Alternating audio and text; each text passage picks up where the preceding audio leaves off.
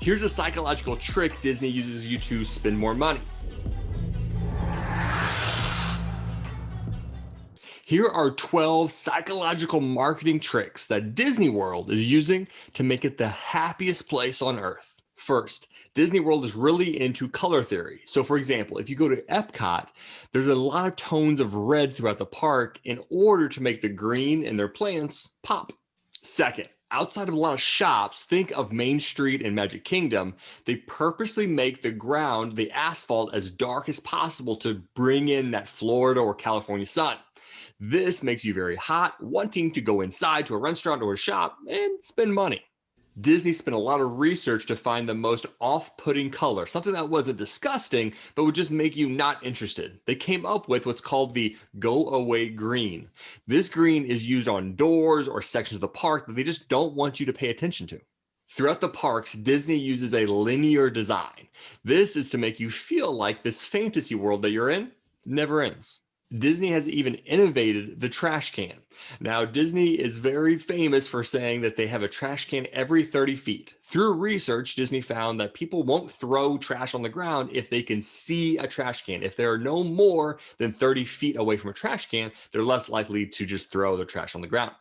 But did you know Disney actually invented a trash can that many organizations use today? That trash can with sort of the mouth to it. They have to push through to drop your trash into the trash can. Disney invented that. The reason for that design was because Disney didn't want guests to see trash. They wanted to hide the trash as much as possible. So if you make a lid to it to push your trash through, you can never see someone else's trash. Throughout all of the parks, Disney uses forced perspective to make you feel like you're in a larger landscape than you really are. For example, castles, the top of the castle will actually be much smaller to make it seem like it's farther away. This also happens in Galaxy's Edge, the Star Wars world of Disney World. Even second-story buildings have smaller windows than normal. This is, again, to make you think that that building is actually taller than it is. And this one's pretty famous, but the immersion of their different areas in their parks. You'll never see a Haunted Mansion employee over in Tomorrowland because of their tunneling system. Now, this is super famous nowadays, but there's a tunneling system throughout the park to make sure that you don't see characters outside of their own worlds. It also helps with maintenance and trash. Next, Disney's big into personalization. Now, what Disney used to do is actually send you this 15-page book full of your information, things of like your hotel or resort reservations, your dining plans, all the things that you've picked out for your trip specifically. Now, obviously, this has changed and is now the app. Now, their app is awesome and something from a technology standpoint I nerd out about. The app now personalizes the experience to you so you can actually unlock your resort door from your phone in the app. You can buy things through the app. You have all of your pictures of your family right there on the app. It lets you basically do everything and sees a personalized view of your trip right there. Next, Disney's really big into the persuasion tactic of scarcity or FOMO.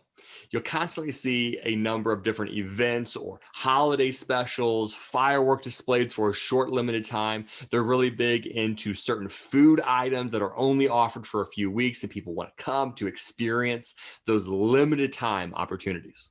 Next, Disney uses tricks to make it feel like a fantasy world by basically making you lazy. There's a lot of these examples throughout all of the parks, but just for one example, there's someone who literally works on the stroller parking throughout the entire parks for rides, etc. And someone's job is to neatly row these strollers, making them easy to get to. And so you don't feel like it's a burden for you to have to park your stroller accordingly. Here's a psychological trick Disney uses you to spend more money.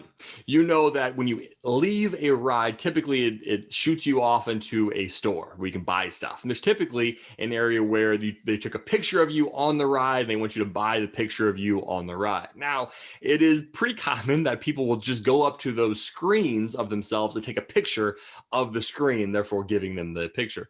Now, Disney does not tell you to not do this. You can do this all you want. And this happens in all amusement parks. But this is what Disney does specifically. They put an attendant moving around in front of these screens. Now, that Disney employee is walking back and forth in front of these screens will not tell you, don't take a picture of the screens. I'm not going to tell you that. But Disney is leaning into a psychological approach of social norming. if you feel socially uncomfortable taking a picture when there's a human being right there. And finally, a trick that Disney uses to try to keep you in this fantasy mindset of the park is trying to keep you out of lines as much as possible. Now, obviously, you know, you're probably going to be waiting in lines for all of these rides. But Disney sees that if wait times are going up for all of the rides, they'll actually start pushing out more characters into the park. Obviously, the more characters in the park, people will navigate toward them as well, trying to get pictures and autographs, etc.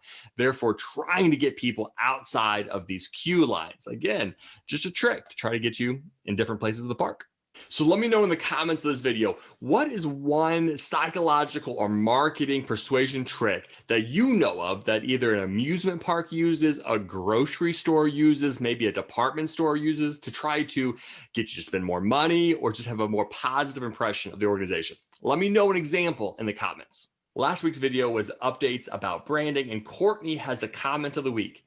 Definitely think the TikTok officer is one that will reach many. I know each of my friends has TikTok, getting brands out there. I know many small businesses have benefited from getting exposure on TikTok. We'll see you next week.